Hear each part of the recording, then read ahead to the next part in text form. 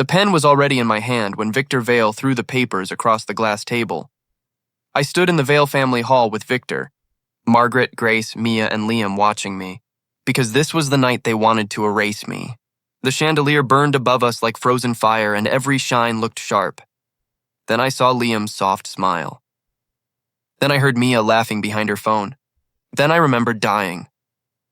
In my first life, this table had started my ruin. I had begged. I had shouted. I had asked Grace why she believed Liam over me. I had asked Margaret why she looked at me like dirt on her dress. I had asked Victor why blood meant nothing when money was in the room. No one answered. A year later, I died in a cold hospital room under a false charge, while Liam's name stayed clean. Now I was back. My fingers tightened around the pen until the metal edge bit my skin. Pain meant this was real. Breath meant I still had time. Victor tapped the papers. "Sign them, Ethan. You have embarrassed this family for the last time." Liam lowered his eyes. "Father, maybe we should give him another chance. He is still my brother." The word brother slid from his mouth like honey over poison. Mia tilted her phone. "He looks like he might throw something. Should I move back?" I looked at the red recording dot. In my first life, that dot had helped turn strangers against me. She had posted only the part where I shouted. She had cut away the part where they broke me first. This time, I kept my face still. Grace stepped closer, her white dress whispering against the floor. "Ethan, we only want what is best for you. If you leave quietly, this can end with dignity." "How kind," I said. The room went quiet, as if my calm had touched a hidden wire. Margaret's lips tightened. "Do not use that tone with your sister. Grace has protected you more times than you deserve." The word almost made me laugh, but my throat stayed locked. I had once kept Grace's secrets like holy things. I had taken blame for her broken vase, her crashed car, her missing company file. I had thought love meant standing in the rain while someone else stayed dry. Victor pushed the papers closer. "This document removes you from the Vale family register. You will receive no shares, no home, no allowance, and no right to use our name." I turned to her. "Record clearly." Her smile slipped. Victor's face darkened. "You think this is a performance?" "No," I said. "I think it is evidence." Liam recovered first. "You are scaring Mother. This is why everyone worries about you. You twist every caring act into an attack because you cannot accept that I belong here too." I did not answer. That was the first gift I gave myself. I bent over the papers and signed my name, Ethan Vale. Grace took one sharp breath. Victor's eyes narrowed. Liam's smile froze at the edges, and that tiny crack pleased me more than shouting ever could. Then I unclasped the cracked silver watch from my wrist. The glass had been broken since I was 12. Victor had given it to me after my first school award, then forgotten both the watch and the boy who wore it. In my first life, I had died with it beside my hospital bed, still stopped at 9:17. I placed it on top of the signed papers. Margaret whispered, "What are you doing?" "Returning what never wanted me," I said. The room went still after my words. Grace stopped smiling, and Mia forgot to aim her phone. Victor stood so fast his chair scraped the marble. "You ungrateful boy. Do you think walking away makes you strong? Without this house, you are nothing. Without my name, no door in this city will open for you." I looked at the papers, then at his expensive watch, then at the empty place on my wrist. "Then close them," I said. Grace reached for my arm. "Ethan, wait. Come speak with me in the study before you make this worse." I stepped away. She moved toward the half-open study door, and Liam followed her, thinking I would stay where they left me. I moved close enough to hear their shadows cross the carpet. Grace whispered, "Once he leaves, no one will question your place again," Liam answered. "Make sure Mia posts the clip before he changes the story." Mia was typing fast now. The video was already trimmed. My calm words were gone. Victor's threats were gone. Only my hand signing, my watch on the papers, and Margaret's hurt face remained. Real son rejects family after being denied more money. "Post it," I said. Mia blinked. "What?" "Post it before you lose courage." Her mouth opened. No sound came out. Then pride did what guilt could not. Her thumb hit the screen. Grace returned with Liam close behind her. "Ethan, you still have time to apologize." I looked at all of them. Victor with his power, Margaret with her wounded silence, Mia with her phone, Grace with her clean hands, Liam with my stolen life resting on his shoulders like a royal coat. You chose him, so live with that choice, I said. The room went silent. I turned before any of them could answer. My shoes crossed the marble I had polished as a child when Margaret said servants were busy. I passed the family portrait where Liam stood in the center, though I had been born there first. I opened the front door with a hand that did not shake. Behind me, Victor shouted about shame. Margaret called my name once, not like a mother, but like an owner calling back a thing that had walked away. I kept moving down the stone steps. Mia's post had gone live. Comments rushed in like thrown stones. Spoiled rich boy. Poor Liam. His mother looks heartbroken. I turned the phone off and slid it into my pocket. Their first weapon had landed, but I was still standing. At the bottom of the steps, I looked back once, not for mercy, but to remember the exact shape of the cage I was leaving behind for the rest of my life. I stepped onto the road. A black car stopped beside me. The rear window lowered and Serena Blackwood said, "Marry me tonight, Ethan, and I will help you bury their lie." Rain hit the car window while Serena Blackwood sat across from me with my ruined name between us. I was in the back seat of her black car, leaving the Vale mansion behind, because my family had just signed me out of their lives and the whole city was about to watch it happen. Serena's driver took us through quiet streets, but my phone kept buzzing like a trapped insect in my pocket. I did not check it right away. I already knew what people were saying. In my first life, I had checked every comment until the words became knives with handles shaped like my sister's smiles. Tonight, I let the phone shake against my leg and watched Serena instead. She wore a dark coat with no jewelry except a thin silver ring on her right hand. Her face was calm but not soft. Calm like glass over deep water. I had seen that kind of calm in courtrooms, hospitals, and family dinners where people smiled before destroying you. "You are not shocked," she said. I died once because I was shocked too long. Her eyes stayed on me. The car became too quiet. I looked away first because the truth had slipped out before I could lock it back inside. In this life, I needed control. Not comfort. Not pity. Control. Serena did not ask if I was crazy. That was the first strange thing about her. She only said, "Then you understand time is not on your side." My phone buzzed again. This time the screen lit by itself. Mia's video had passed 2 million views. The first frame showed my hand signing the papers. The second showed Margaret's pale face. The third showed my watch on the table like proof that I had rejected them. Nothing showed Victor threatening me. Nothing showed Liam smiling when he thought I was broken. A headline moved across the screen. Rejected Vale. Son walks out after demanding money. Below it, a woman with sharp eyes and red lipstick spoke into a camera. Her name tag read Tessa Grant. Tonight, the Vale family faces a painful private matter in public view. Sources say Ethan Vale stormed out after refusing family terms. Many online are asking one question. Was this grief, greed, or a failed power play? I turned the phone off. Serena watched my thumb press the button. That reporter is not guessing. Someone fed her the words. Mia posted the video. Liam wrote the story. The air changed after I said his name. Serena did not blink, but the space between us became sharper. "You know he is not the real heir," I said. "I know enough to risk this meeting." The car turned into an underground garage beneath a tower of black glass. No one waited outside. No cameras, no family, no fake tears. Just white lights, polished concrete, and my wet shoes leaving marks on the floor. Serena led me into a private elevator. I saw my reflection in the metal wall. My hair was damp. My collar was crooked. My wrist looked naked without the cracked silver watch. For 1 second, the missing weight hurt more than the disownment. That watch had been the last proof that I once belonged somewhere. The elevator doors opened into her office. Serena's private office overlooked the sleeping city, but the lights inside were cold and bright.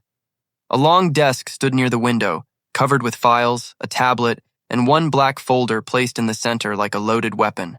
I stepped inside because every answer I needed might be on that desk, and every answer could make me bleed again. Serena removed her coat. "Before I explain, you need to understand something. I am not saving you." "Good," I said. "I am not looking for a savior." The silence after my words felt cleaner than applause. She walked to the desk and opened the black folder. My company investigated the Vale family before the merger. Victor wanted Blackwood Capital to sign a long-term deal with Vale Group. On paper, Liam Vale is the heir. In the older records, he is not. My hands stayed at my sides, but my nails pressed into my palms. In my first life, I had begged people to believe the same thing. I had carried birth records, old photos, school papers, and hospital notes. Each time, someone with more power had called my proof incomplete. Each time, Liam had looked hurt and said he forgave me. That hurt face had buried me better than any shovel. Serena slid a photo across the desk. It showed me as a child outside a hospital ward, holding Margaret's hand. A red ID band circled my wrist. My mouth went dry.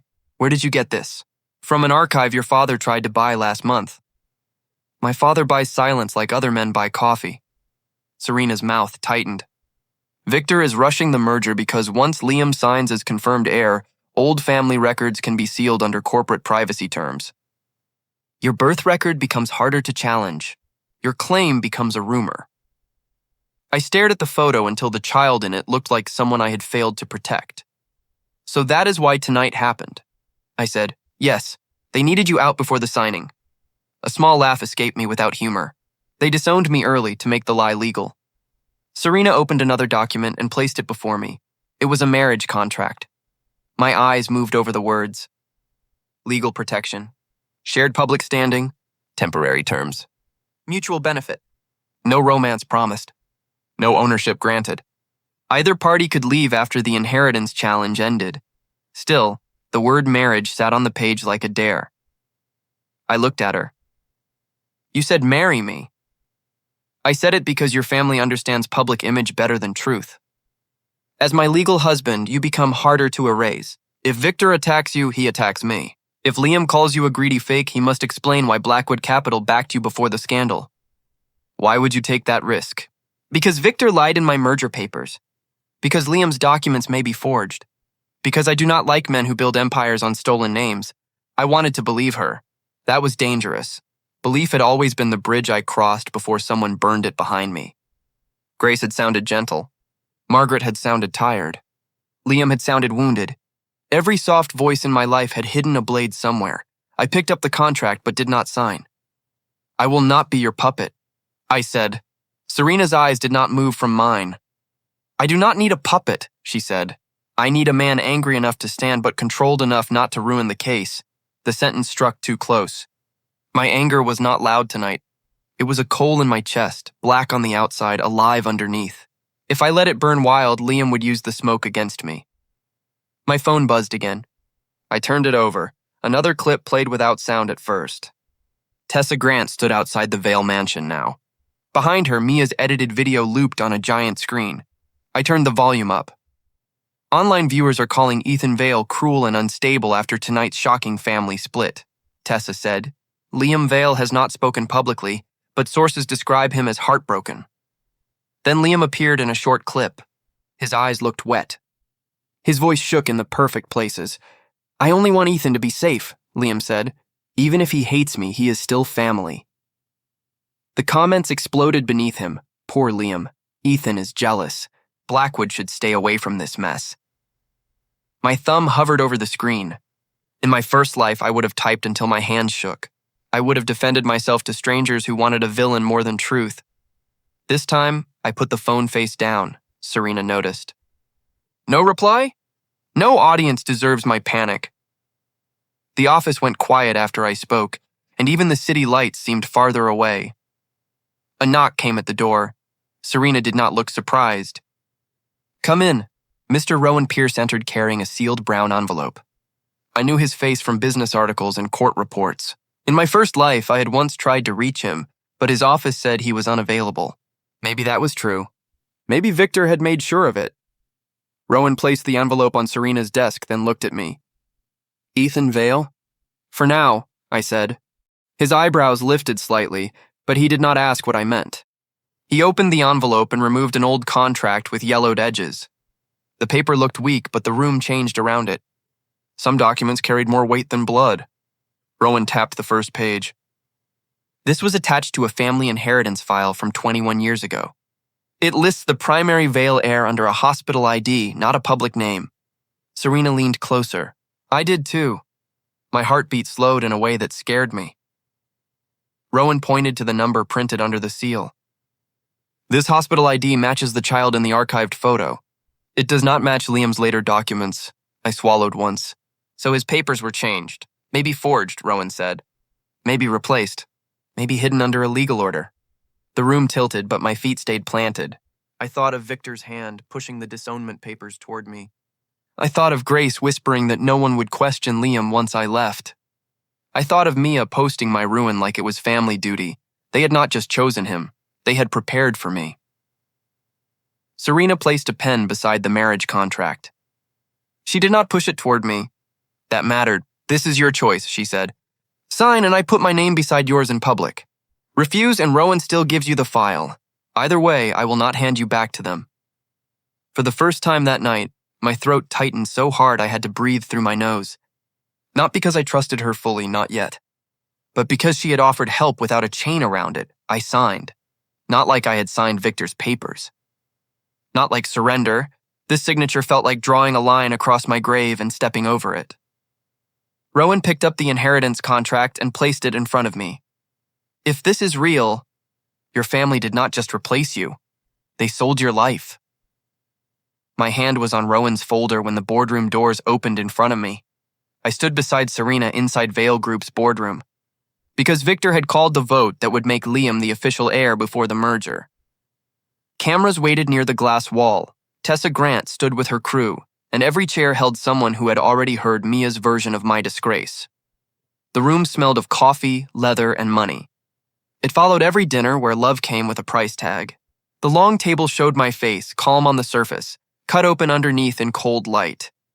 Victor sat at the head like a judge who owned the law. Grace stood behind him with a perfect smile. Chloe arranged papers near his hand. Nora stayed near the window, her white coat gone, but Dr. Posture on her shoulders. Liam rose when I entered. Ethan, he said, loud enough for the cameras.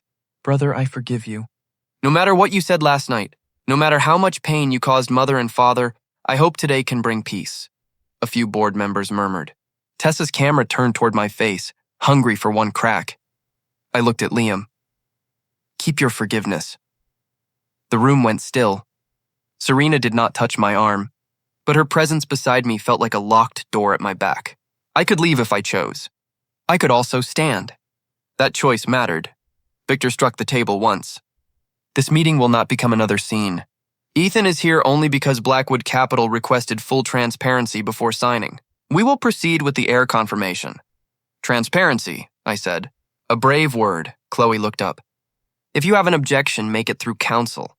Emotional claims have no standing in this room. I looked at Rowan. He had not sat down. The folder in his hand stayed closed, and somehow that made it louder than every speech. Liam stepped around the table. I know you think I stole something from you, Ethan. I understand why you are hurt. But fighting this family in public will only destroy what little dignity you have left. His voice was warm. His eyes were wet. It was almost beautiful the way he wore innocence like a custom suit. In my first life, I had shouted that he was fake. I had pointed at old photos and begged the board to look. They had looked at my shaking fingers. This time, I noticed the tablet he had left unlocked. A message flashed across the screen. Make Ethan look violent today, and the board will never trust him. My pulse hit once. The sender name was hidden, but Liam's thumbprint was all over the plan. The public mercy. The cameras. The table placed close enough for me to grab. He had built a cage out of my anger and left the door open.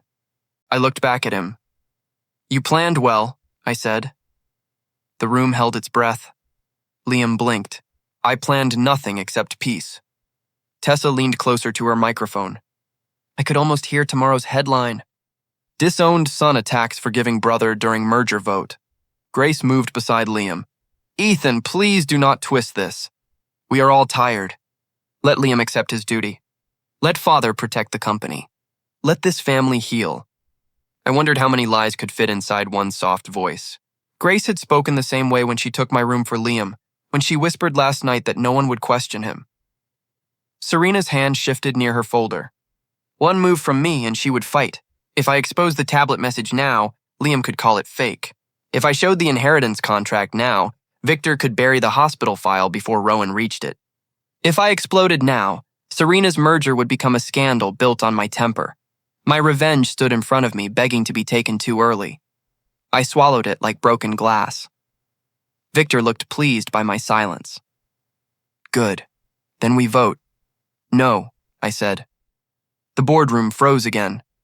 I took the legal authorization from Rowan's folder and placed it on the table. My signature sat at the bottom, clean and steady. Not a plea. Not a threat. Permission. I authorize Rowan Pierce to open a legal investigation into the Heir records, including hospital files, birth IDs, inheritance contracts, and sealed family orders. Chloe's pen slipped from her fingers. Liam stared at the document as if it had bitten him. Victor rose slowly. You have no right to open sealed family material. I have the right to ask who sold my name.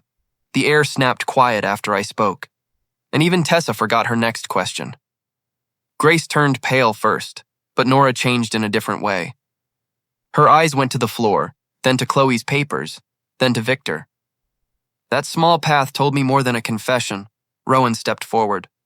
The request is legal. If Vale Group proceeds with Heir confirmation while records are under dispute, Blackwood Capital may suspend the merger.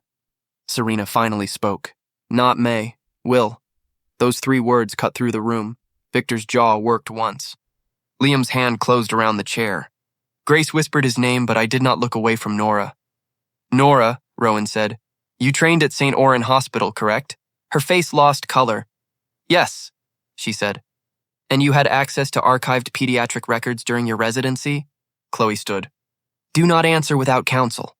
Nora's lips parted. For a second, she looked younger than the sister who had once bandaged my hand. There are old files, she said. Some may still exist. The room broke into noise. Tessa spoke fast into her camera. Victor ordered silence. Chloe demanded the question be struck from the record. Liam looked at Nora like she had dropped a match in his lap. I did not move. Inside me, something old cracked. It was the last foolish thread that had tied Nora to the word sister. She had known there might be records. Maybe not everything. Maybe enough. Liam turned to me. You are doing this to punish us. You would ruin Nora, father, and everyone who loved you just because you cannot accept reality. I looked at him. Reality is why I am still calm. The boardroom went quiet, and Liam's mouth stayed open. Victor pointed to the door. This meeting is adjourned.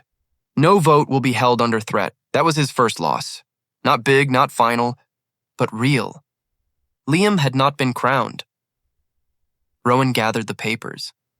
Serena walked beside me toward the door, and every camera followed. As I reached the hallway, fingers caught my sleeve. Nora stood close, pale and shaking, with the boardroom noise behind her like a storm she had helped create. Ethan, she whispered. If you open the hospital file, someone will go to prison. Rowan's phone was ringing when Serena slid the tablet across the table to me. I sat in Serena's private office with her and Rowan, because the boardroom vote had failed and Liam's perfect story had started bleeding from the edges. My name still trended online, but the words beside it had changed from greedy son to disputed heir. That small shift should not have tasted so good. I looked at the tablet. Tessa Grant stood outside Vale Group, her red lipstick sharp under camera lights. This time her voice did not sound so sure. Questions are growing after today's suspended heir vote, she said. Sources close to the merger now suggest Ethan Vale may have legal grounds to challenge Liam Vale's status. The screen changed to Liam leaving the building. He smiled at reporters, but his hand gripped the car door too hard. I saw the white around his knuckles. Small details survive better than lies. Serena watched me watch him. One investor paused the merger 10 minutes after the broadcast. Only one? For now, I set the tablet down. Then Liam is still standing. Rowan ended his call and placed his phone on the desk. Standing, yes. Stable, no, I almost smiled. That was the difference between my first life and this one. Before, Liam had stepped on my throat and called it balance. Now one shoe had slipped, my phone buzzed, unknown number. For a second, my thumb did not move. In my life before this one, unknown numbers had brought threats, fake pity, and reporters pretending to care. I opened the message anyway. A photo filled the screen. I was small in it, maybe 7. I stood beside Margaret near a hospital garden. My hair was messy. My shirt was too big. On my thin wrist sat the cracked silver watch before it was cracked. Margaret's hand rested on my shoulder. Under the photo, one line appeared. I remember this day. I am sorry, no name. I zoomed in on the edge of the photo. A pink sticker sat on the corner, shaped like a moon. Luna. My youngest sister had sent it. I stared at the picture until my eyes began to burn. Then I locked the phone before the weakness could climb onto my face. Luna had been quiet last night. Quiet people could be cowards, witnesses, or both. Serena's voice softened by 1 degree. Good news? Proof with an apology attached. From who? Someone who waited too long. The room went silent after I spoke, and Rowan looked away first. Another message came from Grace this time. Family dinner. Private. Mother wants to speak. Come alone if you still have any respect left. I read it twice. The trap was lazy. The insult was not. Serena leaned back. You do not have to go. I know. Then why are you standing? Because when liars invite you to dinner, someone has already set the table for fear. Her eyes held mine for a moment. Do you want me there? No. I want them to think I came alone. The private dining room at the Vale Mansion glowed with warm lights and cold faces. I sat across from Grace, Nora, Margaret, Victor, and Liam because they wanted to pressure me before the records could reach court. The table was full of silver plates, but no one touched the food. I noticed my cracked watch was gone from the hall table. Maybe Victor had thrown it away. Maybe Margaret had hidden it. Maybe Liam had taken it as a trophy. I told myself it did not matter, then my empty wrist proved me a liar. Grace folded her hands. Ethan, this has gone far enough. You humiliated father in front of the board, attacked Liam's position, and now reporters are calling Nora's hospital. You are destroying everyone who raised you. Liam sighed. I told them not to blame you. I said pain makes people reckless. But you keep choosing war. Victor's knife touched his plate with a small click. Blackwood Capital will not protect you forever. Serena Blackwood is using you because you are useful against me. Margaret looked at me with wet eyes. You walked out like we meant nothing. I almost asked if she had watched the same door close in my first life. I almost asked why her tears always arrived after the damage. But old questions were traps, too. They begged for answers from people who had none. Grace leaned closer. Withdraw the investigation. Let Liam sign. We can release a family statement saying you were under stress. You can live quietly, and we will make sure you are comfortable. That was the word people used when they wanted your cage padded. Looked at Grace. I did not build this lie. The table fell. Silent. Nora's fork trembled against her plate. Liam's smile thinned. Victor stared at me as if calm had become a language he no longer understood. Grace tried again. You think you are noble, but you are being cruel. If the hospital files open, Nora may lose everything. Her career, her license, her name. Is that what you want? Nora looked down. I knew then that Grace had brought Nora as a shield. Not because she cared about truth. Not because she feared justice. She wanted my guilt to do what her threats could not. I turned to Nora. Did you know? Her lips shook. I knew there were old questions. How old? Years, Liam stood. Enough. You are not putting Nora on trial at dinner. She was young. She did what any loyal daughter would do when outsiders tried to twist private medical history. There it was. Loyalty. Their favorite name for silence. I pushed my chair back. Enjoy dinner. Margaret stood too. Ethan, please. I stopped, but I did not turn fully. In the corner mirror, I saw Liam watching me with careful fear. Not guilt, not regret. Fear. That meant the wall had cracked deeper than he wanted the room to. See, I left before my anger could become useful to them. Serena was waiting in the car, outside the gates. I got in because she had known I would need a witness after all, even if I had not asked for one. The city lights moved over her face as she studied mine. They used Nora, she said. They used everyone. Nora just noticed late. Serena handed me a folder. Rowan found something tied to Nora, a medical mistake from her residency. If this leaks, public sympathy turns against the Vales before the hospital record arrives. I opened the folder. One patient name, one wrong signature, one cover-up note. Nora's career could break in one night, Flashbulbs struck my face before I even reached the charity gala stairs. I stood beside Serena at the entrance of the Grand Vale Hall, because every person who watched my name get dragged through dirt had gathered inside to celebrate Liam's rise. Reporters filled the velvet ropes, board members stood near the gold doors, and my family waited under lights bright enough to make lies look expensive. Tessa Grant lifted her microphone. "Ethan, are you here to apologize to the Vale family?" I looked at her camera. "No." The reporters went quiet for half a breath. Serena's hand rested lightly on my arm, not pulling, not pushing. Just there. That small weight reminded me I was not entering a cage alone. My wrist felt bare under my sleeve, but I ignored it. Some missing things had to hurt until the right moment. Inside, music floated over white flowers and silver tables. The charity banners carried Liam's face beside the words, "Future of Vale Giving." I almost admired the courage of people who printed a lie in gold. Liam stood near the stage with Grace, Mia, Chloe, Nora, Ivy, and Luna around him. My 6 sisters looked perfect from far away. Grace wore power-like armor. Mia held her phone at the best angle. Chloe had a legal folder under one arm. Nora kept rubbing her thumb over her glass. Ivy smiled at fashion donors like nothing in the world could stain her brand. Luna looked at the floor when she saw me. Liam stepped forward first. "Ethan," he said, warm and loud, "I'm glad you came. Tonight is about helping children, not fighting old wounds. I hope you can respect that, even if you still feel hurt." Cameras turned toward me. He wanted anger. He had built the same stage again. Same audience, same trap. Only now I knew where every rope was tied. "Enjoy your night," I said. The people nearest us stopped whispering. Liam's smile held, but his jaw moved once. "That is all?" "That is all." Mia's phone tilted toward me. Grace touched Liam's shoulder as if protecting him from my silence. That almost made me laugh. In my first life, I had tried to shout over their story. Tonight, their story needed my noise to survive. Tessa spoke from the press line. "Liam Vale continues to show grace under pressure as family tensions remain high." I heard it clearly. The old attack had not died yet. It had only changed clothes.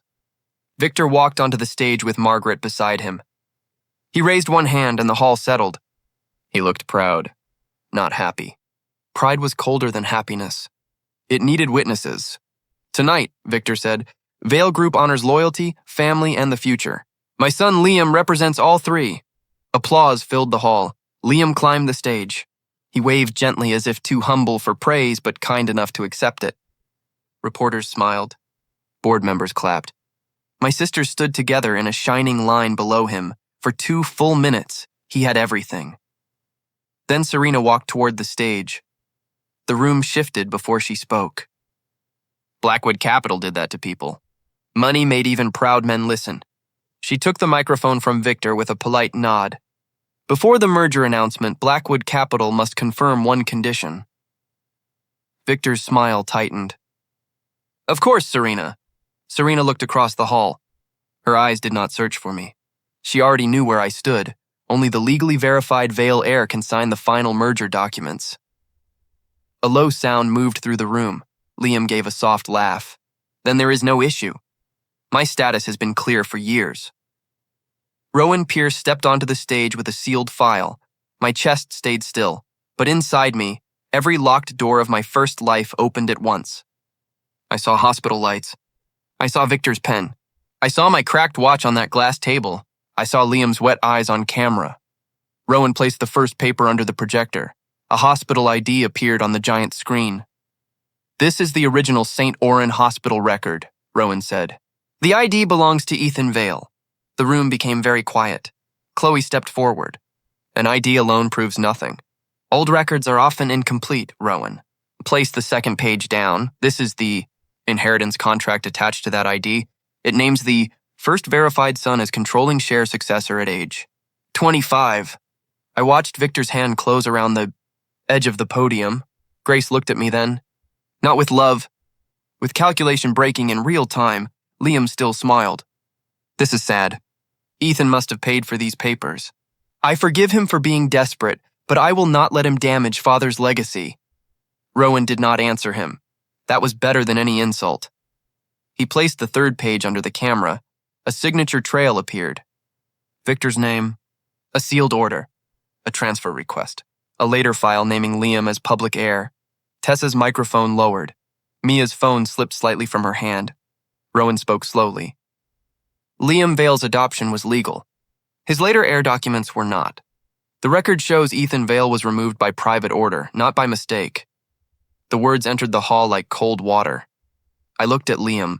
His face had changed color. Not fully. Not enough for people far away. But I was close enough to see the pink leave his lips. Victor reached for the microphone. This is a legal misunderstanding. Serena took one step closer. Then you will not mind a public audit. The hall broke open with whispers. Ivy turned away from two fashion donors, but they were already checking their phones. Chloe opened her folder, then closed it because no sentence inside could rescue her. Nora gripped the back of a chair. Luna covered her mouth. Grace stood frozen beside Liam, finally learning what it felt like to be trapped by a story she had helped write. Tessa lifted her microphone again, but this time her camera faced the stage. Breaking news from the Vale Charity Gala. Documents presented tonight appear to challenge Liam Vale's heir status and raise questions about Victor Vale's role in removing Ethan Vale from family records. Mia whispered, "Turn it off." No one did. Liam stepped down from the stage.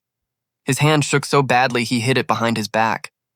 He looked at me, and for the first time in both my lives, he had no soft speech ready. "Ethan," Grace said, coming toward me, "we did not know all of it. I swear, we thought we were protecting the family."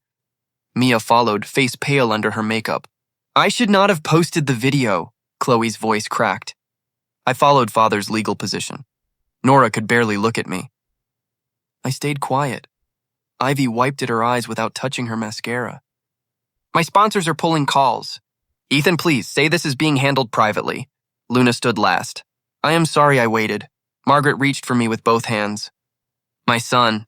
That word arrived too late to have a home. I looked at all of them. 6 sisters. 1 mother. 1 father on a stage losing control. 1 fake heir watching his borrowed crown turn to dust. "I hope you become better people," I said. The hall went silent after my words. Serena came to my side. In her hand was my cracked silver watch, but the glass was smooth now, repaired so carefully that the old break looked like a memory under light. I fastened it around my wrist. The weight returned, but the chain was gone. Then I walked toward the exit with Serena beside me, while cameras flashed behind my back and the Vale name cracked open under its own gold. Would you forgive the 6 sisters after they watched you get erased? Or would you walk away like Ethan did? Behind me, Grace called my name one last time, but for the first time in both my lives, I did not turn around.